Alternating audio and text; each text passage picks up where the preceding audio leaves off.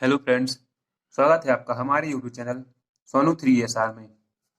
आज हम कक्षा 9वीं के अध्याय 1 की प्रश्नावली 1.2 को पढ़ेंगे। पहले इसमें आई परिभाषाओं को देख लेंगे, फिर उसके बाद उदाहरण और उसके बाद प्रश्नों को हल करेंगे। जैसे अपरिमेय संख्या क्या होती हैं। इसकी परिभाषा है ऐसी संख्याएं जिन्हें P/Q के रूप में नहीं लिखा जा सकता वो अपरिमेय संख्याएं कहलाती हैं, जहाँ P और Q क्या है, पूर्णांक, और Q की वैल्यू जो है 0 के बराबर नहीं होनी चाहिए। ठीक, उदाहरण क्या है इसकी, √2, √3, √11 जैसे, और पाई, ये क्या होती है हमारी अपरिमेय संख्याएं। ठीक, इसके बाद क्या है वास्तविक संख्याएं। तो वास्तविक संख्याओं की परिभाषा, परिमेय संख्याओं और अपरिमेय संख्याओं के संग्रह को क्या कहते हैं, वास्तविक संख्याएं। इन्हें R से प्रकट करते हैं। ठीक, इन्हें क्योंकि रियल नंबर बोलते हैं इंग्लिश में। इसके बाद उदाहरण है, जैसे संख्या रेखा पर √2 का निर्धारण कीजिए। और यही जैसे वास्तविक संख्या, अब जो संख्या रेखा को बोल रही है, ठीक, तो इसमें देखें संख्या रेखा पर क्या करना है, हमें √2 का निर्धारण करना है। तो पहले तो एक संख्या रेखा लेंगे, जैसे ये हमारी एक संख्या रेखा है, इस पर क्या करना है, √2 का निर्धारण करना है। इसके लिए हम क्या एकक लंबाई का एक वर्ग लेंगे। ठीक, जैसे अपने एक सेंटीमीटर बोल रहे इसको, या तो एक सेंटीमीटर की भुजाएं ले लेंगे, एक वर्ग टाइप का। ठीक, जैसे इसको नाम दे दो, क्या इसको नाम दे दो OABC। ये अपने अकॉर्डिंग कुछ भी नाम दे सकते हैं, ABCDEFGH, कुछ भी KLMN भी दे सकते। ठीक, ये दे दिए। हमें क्या दर्शाना है, √2 को। ठीक, तो ये हमारी एकक लंबाई यानी 1 सेंटीमीटर की भुजा हो जाएगी, 1 सेंटीमीटर की हो जाएगी, 1 सेंटीमीटर की। ठीक, अब इसमें जैसे हम एक विकर्ण खींच दें, ये चतुर्भुज बन गया अपना, जैसे वर्ग है। ठीक, तो इसमें एक विकर्ण खींचेंगे जी वाला, तो इसकी लंबाई तो हमें ज्ञात नहीं है।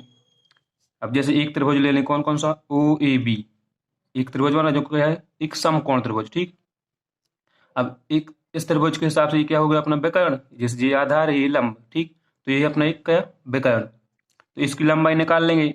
तो जो निकलेगी, जब जैसे पाइथागोरस में कैसे निकालेंगे, तो पाइथागोरस प्रमेय से। पाइथागोरस प्रमेय क्या होती है, कर्ण का वर्ग बराबर लंब का वर्ग प्लस आधार का वर्ग। ठीक, तो इसमें जैसे देख लें, क्या प्रमेय लगाएं, कर्ण का वर्ग बराबर लंब का वर्ग प्लस आधार का वर्ग। ठीक,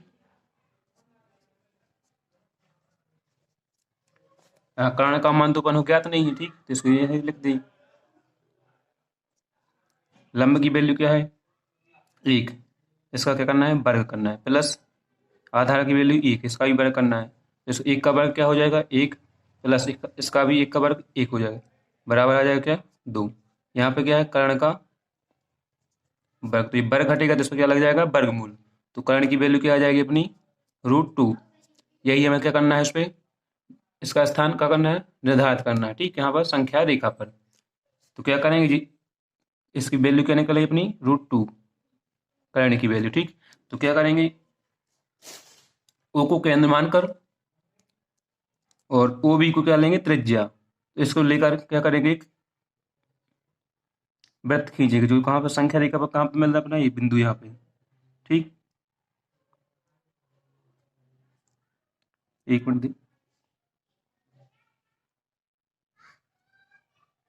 ठीक जी, बन गया। तो जहाँ पे अपना ये संख्या रेखा पर पॉइंट मिल रहा है, यहाँ पर अपना क्या होगा, √2।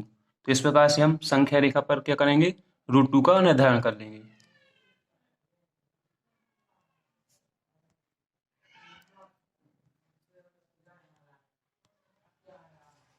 दूसरा उदाहरण है इसका, वास्तविक संख्या रेखा पर √3 का स्थान निर्धारित कीजिए। अभी इससे पहले उदाहरण हमने √2 का कर लिया, अब क्या करना है, √2 का कर लिया है, √3 का करना है। तो जैसे अभी इसमें एकक लंबाई का एक हम वर्ग ले लेंगे, इसका नाम दे दो OABC। ठीक, ये अपना मूल बिंदु है, ये संख्या रेखा पर यहाँ पर प्लस की वैल्यू लेते हैं, यहाँ पर माइनस की वैल्यू। इसमें फिर जी अपना क्या हो जाएगा, विकर्ण हो जाएगा। इसमें त्रिभुज OAB फिर लेंगे, तो इसकी वैल्यू अपन निकाली थी, जैसे आगे वाले इसके उदाहरण में निकाली थी, √2 आई थी। ठीक, जैसे अपनी एकक लंबाई, इसकी वैल्यू 1 हो जाएगी, इसकी वैल्यू 1 हो जाएगी। तो विकर्ण की वैल्यू इस पे क्या आ जाएगी अपनी √2 आ जाएगी। लेकिन हमें क्या करना है, निर्धारित क्या करना है, √3 की वैल्यू पुट करनी, ठीक। तो इसमें एक एक लंबाई का हम एक लंब और ले लेंगे, जैसे ये अपनी कितनी लंबाई का, एक एक लंबाई, यानी इसकी वैल्यू कितनी है अपनी, एक है, ठीक। इसके बाद ये अपना क्या हो जाएगा, इसको मिलाएंगे, ठीक। तो ये अपनी कर्ण बन जाएगा इसका, जैसे त्रिभुज बनाएंगे ओ बी, इसको ले लो, जैसे ओ ए बी सी तो हो चुका अपना, इसको ले लो डी ले लो, ठीक। अब इसकी वैल्यू निकालेंगे, इसकी ओ डी की वैल्यू। तो ओ डी इसके लिए फिर पाइथागोरस प्रमेय लगाना पड़ेगा, जो पाइथागोरस प्रमेय, कर्ण का वर्ग बराबर लंब का वर्ग प्लस आधार का वर्ग, ठीक। अब इस वाले त्रिभुज हम देखें थे, आधार की वैल्यू क्या हो जाएगी अपनी, √2 हो जाएगी, और लंब की वैल्यू क्या होगी, 1 होगी, ठीक।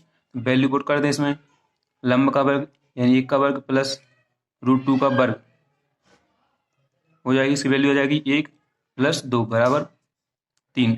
अभी क्या है, कर्ण का वर्ग है, ठीक। तो इसको वर्ग घटेगा तो क्या लग जाएगा, वर्गमूल। तो कर्ण बराबर क्या हो जाएगा अपना, √3।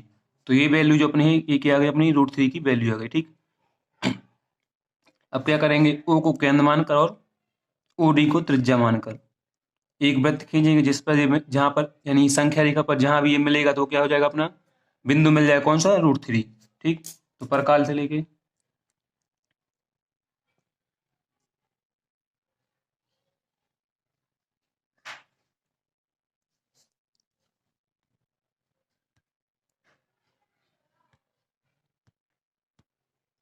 इसको मिला देंगे, ठीक। यहाँ पे अपना क्या मिल जाएगा, √3 की वैल्यू आ जाएगी इस पॉइंट पर।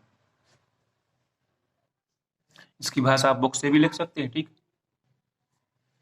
प्रश्न देख लेते हैं इस प्रश्नावली की। प्रश्न नंबर 1 क्या है, नीचे दिए गए कथन सत्य हैं या असत्य हैं, कारण के साथ अपने उत्तर दीजिए। इसका पहला प्रश्न है, प्रत्येक अपरिमेय संख्या एक वास्तविक संख्या होती है, तो ये क्या सत्य है या असत्य। तो इन्होंने बोला क्या, प्रत्येक अपरिमेय संख्या एक वास्तविक संख्या। हमने वास्तविक संख्या की परिभाषा क्या पढ़ी है, कि परिमेय और अपरिमेय संख्याओं के संग्रह को क्या बोलते हैं, वास्तविक संख्या। तो अपरिमेय संख्या तो इसमें ऑलरेडी आ जाएगी, तो ये क्या हो जाएगा, सत्य हो जाएगा। यानी प्रत्येक अपरिमेय संख्या एक वास्तविक संख्या होती है, क्योंकि वास्तविक संख्या में दोनों का संग्रह होता है, जिसमें क्या होती है, परिमेय संख्याएं और अपरिमेय संख्याएं होती हैं।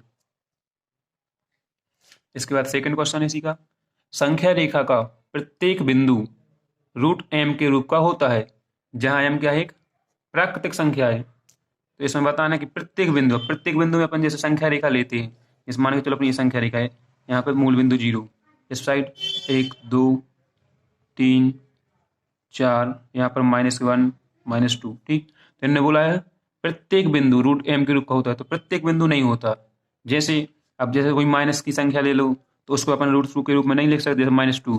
तो ये क्या है अपनी, ना तो अपरिमेय संख्या, यानी ये क्या अपनी, इसको ना तो परिमेय संख्या में लिखते ना पर अपरिमेय संख्या में, इस प्रकार हमारा ये क्या हो जाएगा, असत्य हो जाएगा।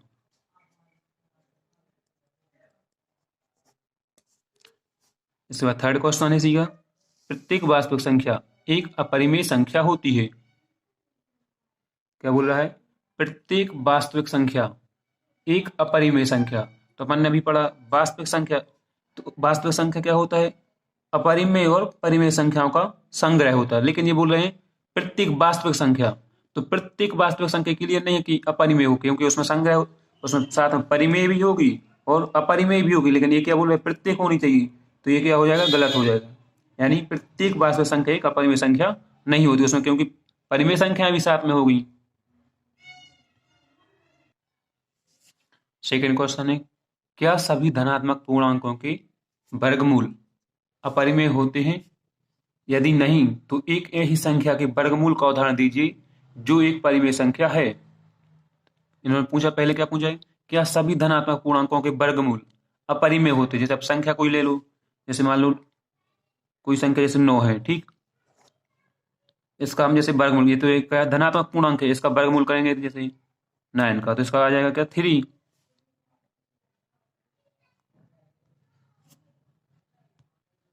तो 3 क्या है हमारी परिमेय संख्या, और ये वर्गमूल भी निकल आएगा इसका।